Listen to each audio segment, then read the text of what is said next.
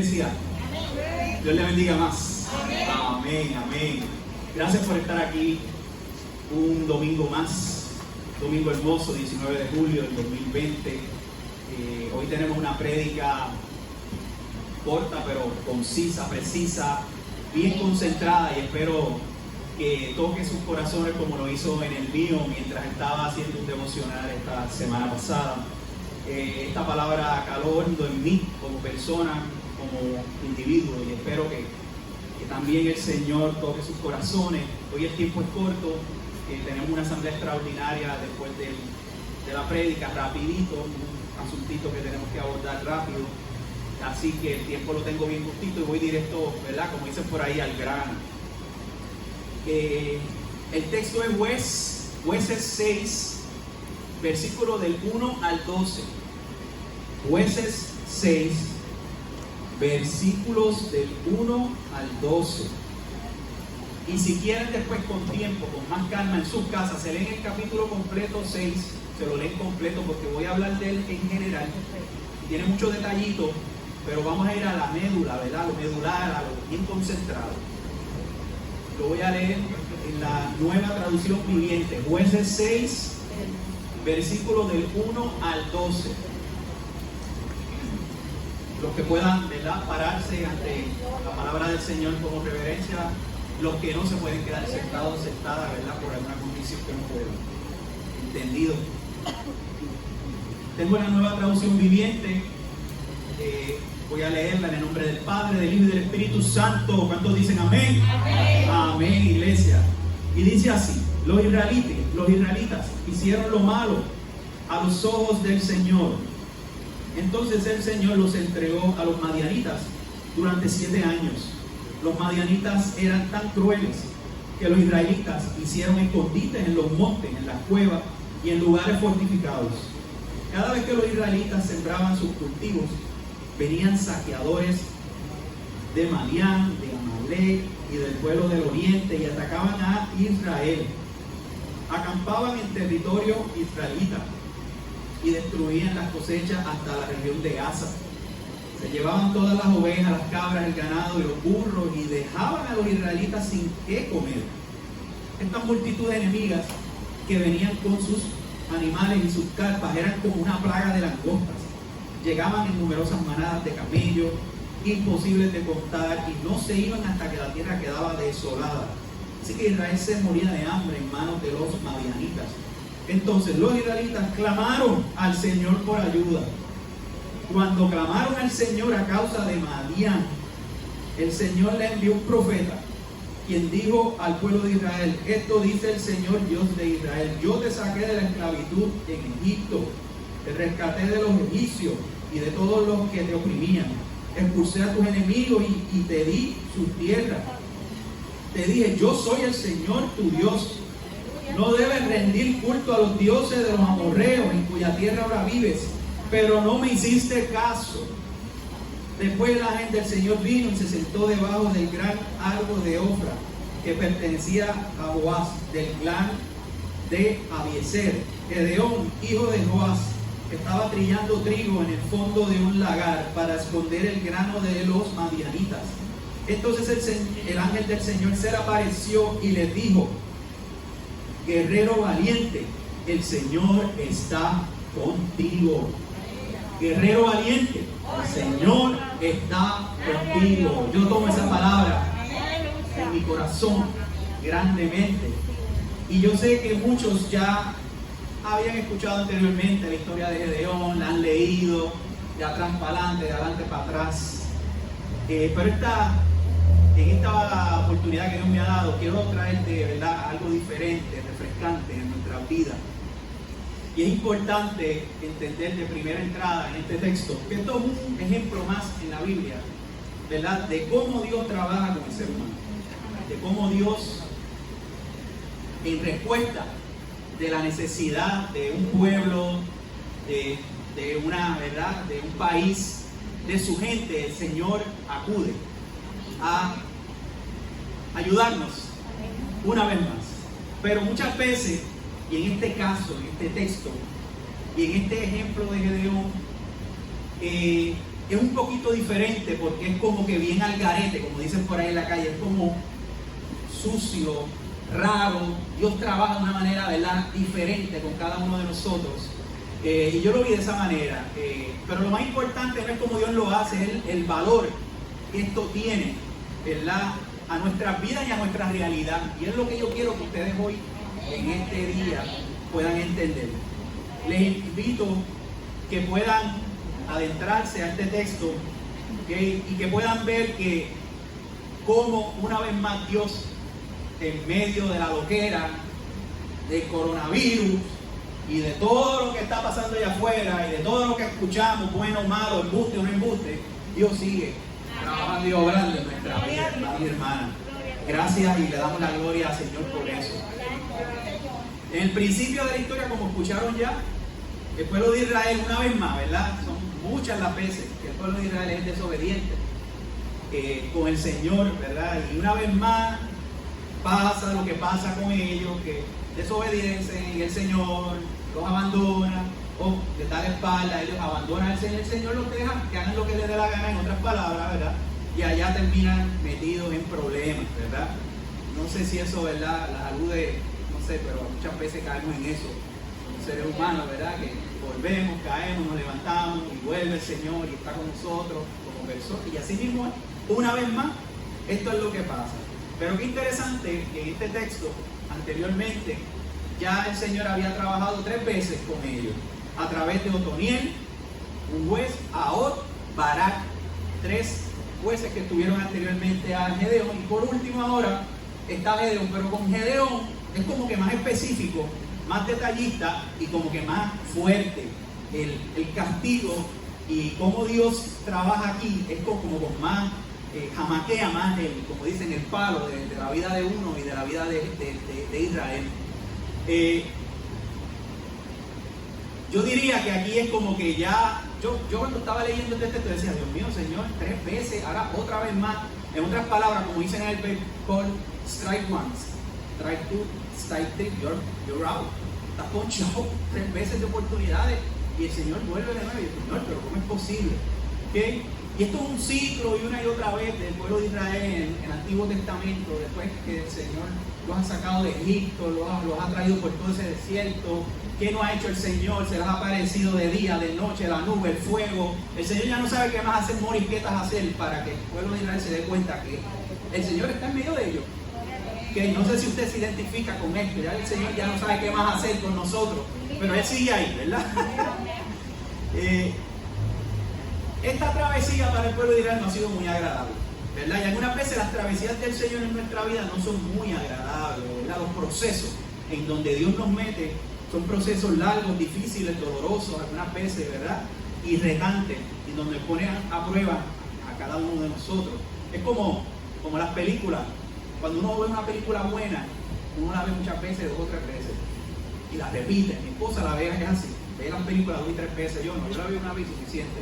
Pero si a mi esposa le gusta una película, la puede ver todos los días, varias veces, y le encanta. Así que, pero cuando las películas son malas, ¿qué pasa? Uno la ve una vez y no la vuelve a ver, ¿verdad? Y esto es como una película de esas de terror y horror, en jueces, donde ya el pueblo de Israel, ya tú no sabes, Dios mío, pero si es mala la película, y vuelve de nuevo, y tú sigues en lo mismo. O sea, es como que no tiene sentido esto, pero es así, es una experiencia dolorosa, y se repite una y otra vez en el pueblo de Israel. Así que realmente estas naciones llegaron, saquearon con sus camellos, destruyeron todo, dejaron al pueblo de Israel abandonado por mucho tiempo. Esto pasaron años y años el pueblo de Israel allí sufriendo. Los últimos 7 años la opresión de los madianitas fue absolutamente horrible para los israelitas. Y estas naciones venían del desierto, ¿verdad?, en camellos, y eran como una plaga, como dice el texto, como las plagas y las langostas, ¿verdad? Se cogían toda la comida y la cosecha, después que los israelitas se mataban trabajando la tierra, después ellos cogían el fruto inmerecido. El daño fue terrible, ¿ok? Al punto que se tuvieron que esconder. Oye, se escondieron. Nosotros no estamos escondidos ahora mismo. Vivimos escondidos en nuestras casas por otras circunstancias, pero verá, como que siempre cuando llega la calamidad, llegan los problemas, como que el ser humano termina siempre escondido. Nos escondemos en nuestras situaciones, en nuestras burbujas, caemos en el anonimato muchas veces, desaparecemos, y así mismo está el pueblo de Israel en este momento, Señor, viviendo en cuevas, ¿okay? Pero esto es por la desobediencia de los israelitas, ¿okay? Y las acciones de Dios ahora iban a ser más fuertes, ¿okay? Dios iba a castigarlos ahora de una manera más fuerte, más intensa, ¿okay? Y es increíble ver, ¿okay? Como Dios los castiga, pero a la hora de la verdad, como yo estaba, ¿verdad?, hablando esto en el primer culto, al final de todo el Señor vuelve una y otra vez, después que los castiga, que tú dices, oye, ya era tiempo, Señor, que los cogieras y les dieras su fuerte para que aprendan. Y tú dices, hasta aquí llegó el Señor, ya el Señor se cansó del pueblo de Israel, ya el Señor no quiere más nada con ellos. Y de momento vuelve de nuevo la misericordia y sale de donde tú menos esperas. Y el Señor vuelve de nuevo a darle una nueva oportunidad. ¿Okay? Una nueva oportunidad a este pueblo. ¿Okay? Y tú dices, pero ¿cómo es posible, Señor, que tú vuelvas de nuevo? Porque usted sabe algo, hay un refrán que dice en Puerto Rico, que palo que nace doblado, jamás su tronco endereza. Y así era este pueblo de Israel, terco a la hora de obedecer, necio a la hora de obedecer. Y finalmente, el Señor que vuelve de nuevo, ¿okay?, a darles una nueva oportunidad. ¿Cómo es posible, verdad? Señor, si no son dignos de ti, es hora que dejes de ceder ante ellos. Yo, mientras leía el texto, me hacía esas preguntas, Señor, pero no es hora ya de coger este pueblo y darle de verdad. Decía, este pueblo no funciona, ¿okay? Son como las zorras, así dice en el texto, no sean como las zorras, ¿verdad? Y así era este pueblo. Pero uno espera, ¿verdad?, que el Señor en estos próximos textos de Gedeón, ¿ok?, el Señor se hubiera decidido ya a no seguir cediendo ante los israelitas. Pero de momento el texto te dice, ¿cómo? Que vas a enviar otro juez más, que vas a enviar a otro. ¿Y quién es este Gedeón? Este ser humano que el Señor escoge. Yo les voy a decir quién es Gedeón. Gedeón es un líder bien diferente a los líderes comunes y corrientes. Esto es como dicen por ahí, un antihéroe. En la literatura moderna, antihéroe es el antítesis de un héroe. ¿Ok? Porque los héroes son ¿qué? Valientes, se sacrifican por las cosas, persiguen la excelencia moral. Sin embargo, Gedeón no posee nada de esto, hermanos y hermanas. Lo que tiene son fallas y fallas y fallas. Totalmente. Y les voy a explicar. Y lo desacreditan totalmente como escogido de Dios. ¿Verdad? Pero yo les hago una nota al calce aquí con esto. Mucho cuidado. Porque independientemente de que Gedeón sea quien sea, cuando el Señor llama, el Señor llama. Mucho cuidado con esto. Porque caemos como seres humanos en el juzgar a la gente, criticar a la gente, porque supuestamente, y muchas veces el Señor llama a gente que saben menos de Biblia que muchos de los que estamos aquí, y Dios llama a esa gente a hacer cosas para el Señor. Que tenemos que tener mucho cuidado porque terminamos enjuiciando o haciendo comentarios sobre personas que Dios ya tiene escogido. Y hasta en las redes sociales los metemos y hacemos hasta comentarios de eso. ¿Okay? Mucho cuidado, si usted no tiene mucho que decir, mejor le digo, mire, aunque lo piense, calladito se ve más bonito. ¿Okay? Porque si esa persona está fallando en algo, independientemente es escogido de Dios.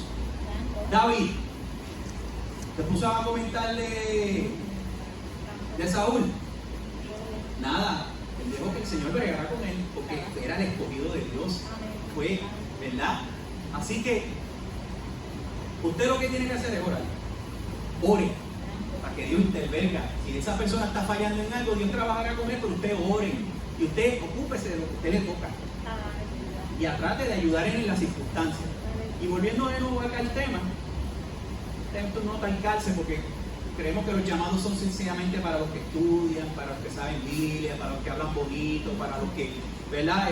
Oran mucho, ¿verdad? Muchas de estas cosas que no están mal. Usted puede, a mí me fascina estudiar y todo eso, pero Dios llama a quien Él quiere.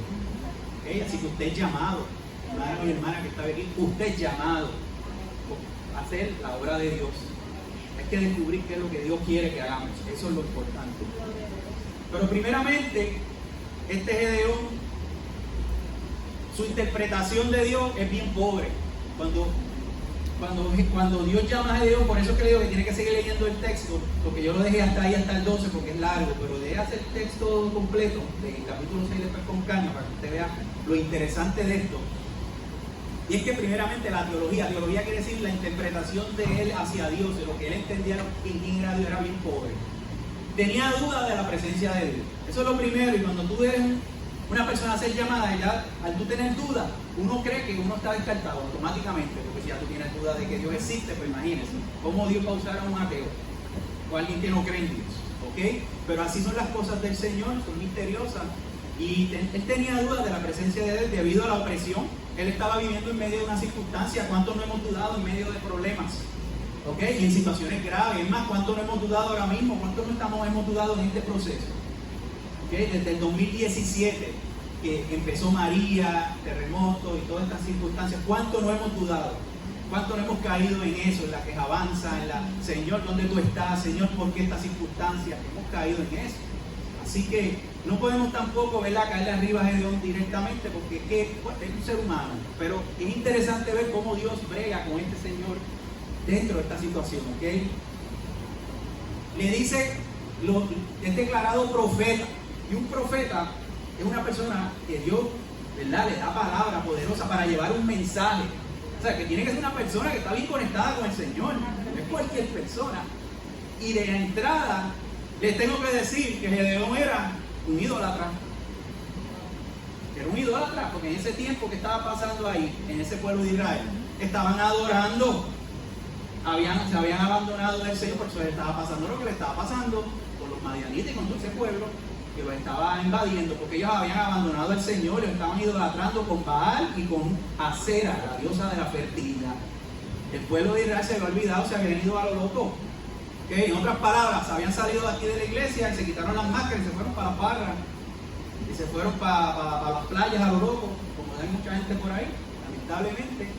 Y así, y entonces pues, después pasan las cosas que pasan y decimos, Dios, pero ¿por qué? Pero hermanos, hay que seguir los protocolos, hay que seguir las estructuras, ¿okay? Por eso es que aquí estamos también, porque está aquí.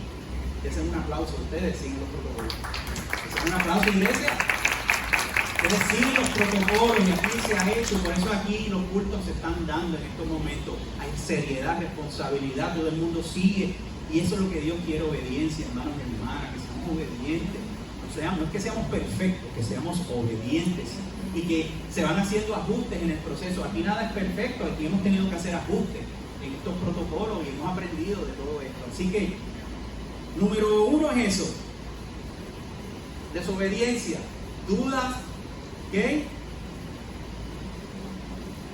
Evidentemente Gedeón no era profeta, porque lo primero que le dice al Señor es, pero Señor, ¿cómo que tú me quieres usar si estos madianitas nos están ¿verdad?, masacrando? O sea, él de profeta no tenía nada, porque mensaje de Dios no tenía, estaba más enredado y tenía una duda increíble.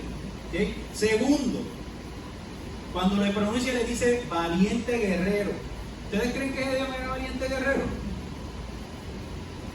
Era más tímido, cobarde, yo diría, porque en ese momento él estaba escondiéndose en unas cisternas de compresa de vino, guardando un trigo que él estaba sacando de los madianitas para esconderse, para sobrevivir como se pudiera.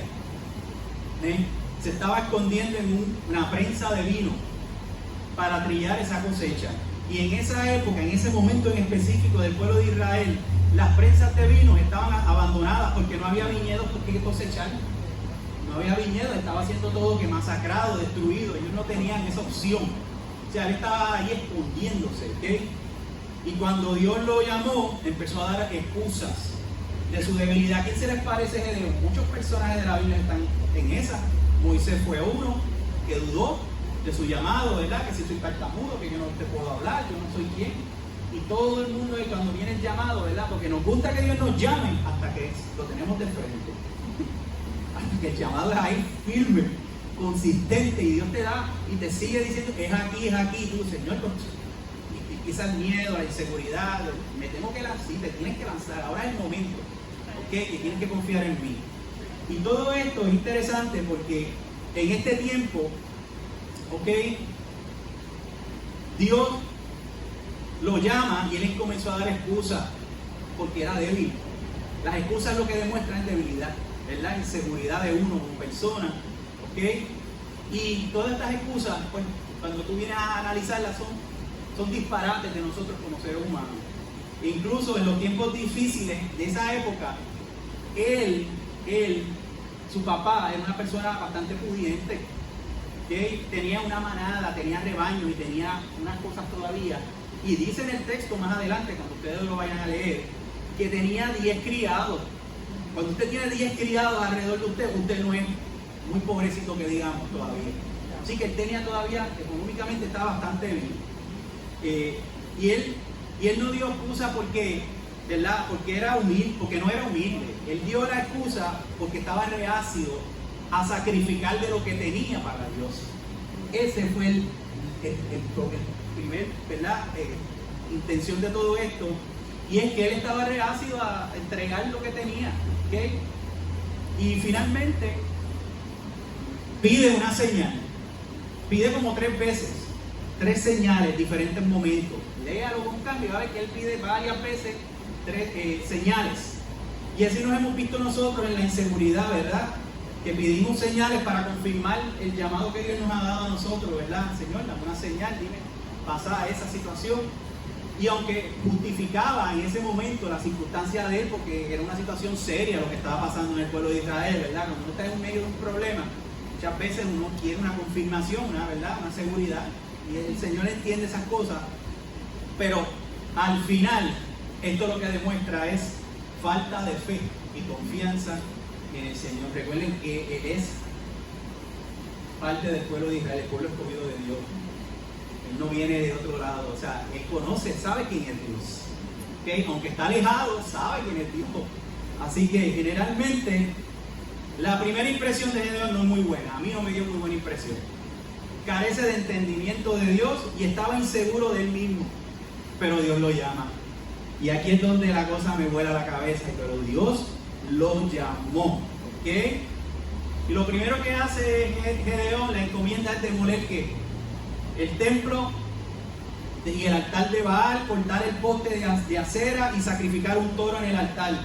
Lo primero que hace el Señor, la primera encomienda es: tienes que dejar los ídolos, tienes que dejar la idolatría, tienes que purificar, tienes que darme a mí mi puesto donde yo voy, me tienes que dar mi templo, mi casa, retornar mi casa y poner la presencia mía en medio del pueblo de Israel.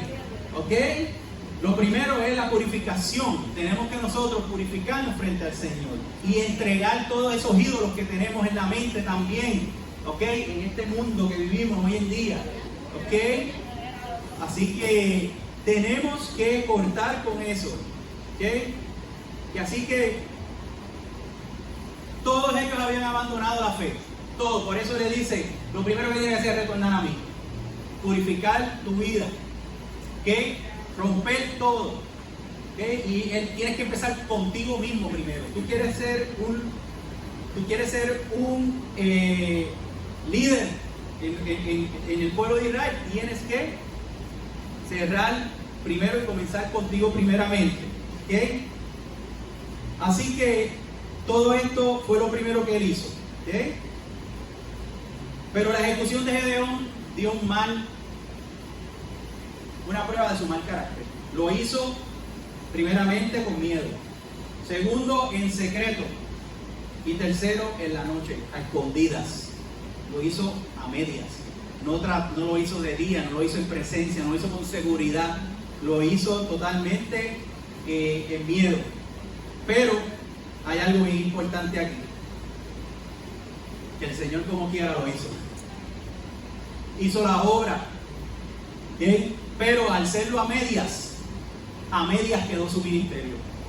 porque después se convirtió en Gedeón, en Jerobaal. Jerobaal, cheque que después el nombre del cambio. ¿Okay? Y el Señor le dice, mientras tú estés en el pueblo de Israel, Baal no va a estar en medio del pueblo. ¿Okay? Pero le deja los dos nombres. Qué cosa más rara, ¿verdad? Y recibe el nombre de Jerobaal. Baal se defienda a sí mismo, porque dentro de ese proceso que lo descubren rompiendo los altares, sale esta situación de que si Baal como Dios quiere defenderse, que se defienda a sí mismo, y por eso él trae este argumento y le ponen Jerobaal. ¿Okay? Y mientras esto pasa, ese nombre, ¿okay?, es que mientras él viva, Baal no va a estar en presencia del pueblo de Israel, mientras él vive. ¿Okay? Pero la realidad, iglesia, es que él todavía lleva el nombre de Baal. Jerobaal. Sigue el nombre de Baal ahí. Mientras más pasan los textos, más aumenta el nombre. Ya Gedeón deja de estar y es Jerobaal, Jerobaal, Jerobaal. Y aquí yo es que donde los quiero llevar a este punto dual de dos vías, ¿ok?, medular de hoy. Y es que la doble naturaleza del carácter de este hombre de Dios. ¿Okay? Por un lado, Gedeón significa golpeador, limpieza. Golpeador es limpiar, romper, sacar todo lo que no es de Dios. ¿Okay? Pero lamentablemente Baal alude a la relación que él tenía de idolatría. La idolatría seguía ahí permanente todavía. Por un lado estaban él, ¿verdad? Había limpiado unas cosas, pero todavía el problema estaba ahí. Por ende, el Señor lo tiene, ¿verdad? Él está en dos aguas. Y eso es bien peligroso. Él era incrédulo, porque también era incrédulo en la presencia de Dios. Cuando el Señor lo llama, él sigue dudando. ¿Okay? Era tímido, era cobarde en ofrecerse y en actuar en favor de otro. Todo lo hace para él. Mientras él va haciendo lo que Dios lo manda a hacer, él sigue con todo y eso, dudando, fallando. ¿Okay? Pero tuvo el privilegio, con todo y eso, el Señor en su misericordia, tuvo el privilegio cara a cara de ver a Dios en ese proceso. ¿Okay? Y estuvo más preocupado por él que con el mismo propósito que Dios tenía con él. Él es Gedeón, sí, pero también él es Jerubaal. Se ha convertido ahora en dos personas a la vez. Sus dos naturalezas batallan dentro de él en sus acciones. ¿Cuántos de nosotros hemos caído en eso? En esas dos naturalezas. Estamos aquí, allá, y allá, y aquí, y aquí, y allá, y estamos en el brincoteo. Y le creemos más allá que a lo que Dios nos habla en nuestras vidas. Y estamos más pendientes a las cosas de allá afuera y lo que las noticias, que no está, que no deje de ver las noticias. ¿Ok? Pero mucho cuidado con lo que escucha allá afuera. ¿Ok? No todo lo que usted escucha allá afuera es cierto, es correcto. ¿Ok? Tenemos que ir a la presencia de Dios. Y esa es la primera línea de comunicación que nosotros tenemos que tener. ¿Ok? Totalmente. Y aquí es lo más importante de todo esto. Y es que si vamos también a Pablo, a Romanos 7:15, en el Nuevo Testamento dice, y así nos vemos algunas veces en estas luchas internas, o estamos o no estamos, aquí o allá. Realmente, dice en Romanos 7:15, realmente no me entiendo a mí mismo, porque quiero hacer lo que es correcto, pero no lo hago. En cambio, hago lo que odio. Y así algunas veces somos como Gedeón, Jerobaal. Miro el sufrimiento de allá afuera, pero dudo de la presencia de Dios y no lo hacemos con firmeza. ¿Eh? Pero hay algo interesante aquí en este texto que también habla. Dice, yo soy quien te envía. Con todo y que usted dude, hermano y hermana, Dios es quien te envía. Dios es el que hace la obra. Aunque usted dude, aunque usted no sea perfecto, Dios te llama y Dios te comisiona, y en el proceso Dios te ayuda a evolucionar y a transformar tu vida, porque yo soy quien te envía. Así le dijo el Señor. No sigas poniendo excusas. Yo estoy frente a ti aquí, soy Dios, estoy frente a ti. Estoy aquí. ¿Okay? Y muchas veces ponemos 500 excusas. Y muchas veces patéticas, algunas veces. No estoy listo. no soy lo suficientemente bueno, no tengo el tiempo, no tengo dinero. Y muchas de esas excusas algunas veces son peores que Jeroboam. Pero ya yo sé la contestación, iglesia. En mi caso, ya yo sé la contestación. Y es que Dios está conmigo. Dios está contigo, hermano y hermana, en todo momento. Pero con todo y eso, anhelamos signos. Dios está conmigo, pero dudamos y seguimos pidiendo signos como Gedeón Jerobabal. Y lo hago en miedo, pero lo hago en miedo a los demás. Pido signos porque no tengo confianza y le tengo miedo a lo que diga la gente allá afuera. Muchas veces le damos peso a las cosas de afuera más a las de Dios y por eso caemos en eso. Practicamos la fe en secreto. Apenas llamamos la atención hacia las cosas y desesperados ocultamos en el anonimato nuestras cosas. Y yo les voy a decir algo, yo soy Gedeón Jerobabal. Algunas veces yo me siento así, como este personaje. Yo lo digo yo aquí frente a ustedes. Pero hay algo más grande que quiero dejarles saber. Que este personaje de Gedeón Jerobabal no está solitario. También representa la apostasía general del pueblo de Israel. Representa la comunidad de fe. Porque él es un ejemplo y un símbolo de lo que hacemos muchas veces nosotros estando dentro de nuestras iglesias y nuestras creencias. Le damos la espalda al Señor, nos alejamos del Señor y después volvemos de nuevo. Y el Señor conoce esas cosas, pero Él es Dios y Él vuelve de nuevo, nos recibe en su santo seno y nos coge. ¿Okay? Hemos burlado muchas veces y nos hemos burlado del pueblo de Israel leyendo estos textos algunas veces en nuestra mente. Mira este pueblo. ¿Sabes qué? Eso es una autoburla. Porque cuando tú te burlas de esto, estás burlando de ti mismo, porque nosotros somos iguales. Caemos en eso también. ¿Okay? Nosotros no somos mejores que ellos. ¿Okay? ¿Cuántas veces hemos cometido 500 errores? ¿Okay? ¿Cuántas veces deseo estar en la fertilidad de la riqueza? ¿Cuántas veces buscamos esos dioses? Que queremos dinero, queremos unas cosas, caemos en la endiosar los dioses de hoy en día, ¿verdad? La fama, el éxito, ¿okay? Las ideologías extranjeras, el consumerismo, el capitalismo, el individualismo, que muchas veces, ahora mismo el individualismo que hay en este mundo, eso es un Dios que tenemos ahí, no hay mucha diferencia. Y esas fuerzas negativas del mundo, ¿okay? Nos atrapan y hay que clamar al Señor, iglesia, tenemos que clamar al Señor. No podemos vivir en una falsa, ¿verdad?, religiosidad, pietismo. ¿Qué dice pietismo? Pero pietismo es religiosidad. Cuando uno es bien religioso y ora, ayuna, y que no es malo, a mí me fascina eso. Pero cuando no es de corazón, pues al Señor no le gusta eso. Y lo dice, la adoración que yo quiero es la adoración que viene del corazón. Esa adoración, si no es real y no es genuina, no la quiero. ¿Okay? Así que no vivamos en eso. ¿Okay? Y este es el mensaje final que les dejo. Yo me siento como ese personaje, como Gedeón algunas veces. Pero hay algo bien interesante. No sé cómo usted se sienta ahora mismo en la iglesia, pero yo sé que muchos nos sentimos así algunas veces, como él. Que Dios nos llama con la inseguridad y con nuestros revoluces y no entendemos y fallamos y Dios sigue ahí persistiendo en nuestras vidas, buscando nuestras vidas, porque Dios es bueno. Porque Dios es bueno. Y yo apenas algunas veces ni fiel soy al Señor y totalmente soy inadecuado para muchas cosas que Dios me manda a hacer, pero el Señor nunca se rinde. El Señor siempre busca la manera de traerte a tus pies de nuevo. ¿Okay? No tiene sentido y no está bien. Sin embargo, la realidad del texto es que la gracia de Dios es gratuita.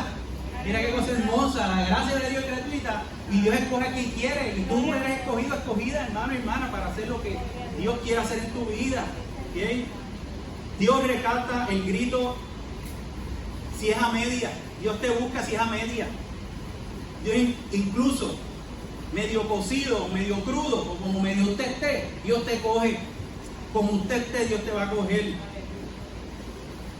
Yo soy Gedeón Jerobabal, pero Dios es bueno. Dios es misericordioso, iglesia. Recuerda su pacto, no lo olvides nunca. Nuestra fe es débil. Y muchas veces gritamos, Señor, ayúdame a mi incredulidad, ¿verdad? Mi debilidad. Sin embargo, Dios siempre, poco a poco, Su presencia y sus signos siempre están ahí. Seguimos pidiendo y el Señor busca la manera de que esos signos, ¿verdad? Como Gedeón pidió 500 signos, nosotros pedimos también los mismos 500 signos. Dios siempre se manifiesta en nuestras vidas, no importa la manera que sea. Y mira si Dios es tan misericordioso, y aquí cerrando, que vino en carne humana a través de Jesús. El Señor se cansó de todos esos ejemplos y esos líderes. Dios, no, yo voy a bajar yo mismo y me voy a presentar en medio de mi pueblo. En medio de mi pueblo se presentó a través de Jesús para demostrarnos que Él está con nosotros. Y Él ahora, hermano y hermana, está con nosotros en nuestra iglesia. Que Él no se ha olvidado de nosotros. Estuvo con los ángeles y está con los ángeles, pero también está con nosotros en la máxima revelación de Jesucristo. Jesús está en medio de nosotros a través de su Espíritu Santo aquí. Yo soy Gedeón, pero agradecido de que Dios es bueno y sin merecer nada, Dios me ha puesto en gracia. Que Dios les bendiga, iglesia.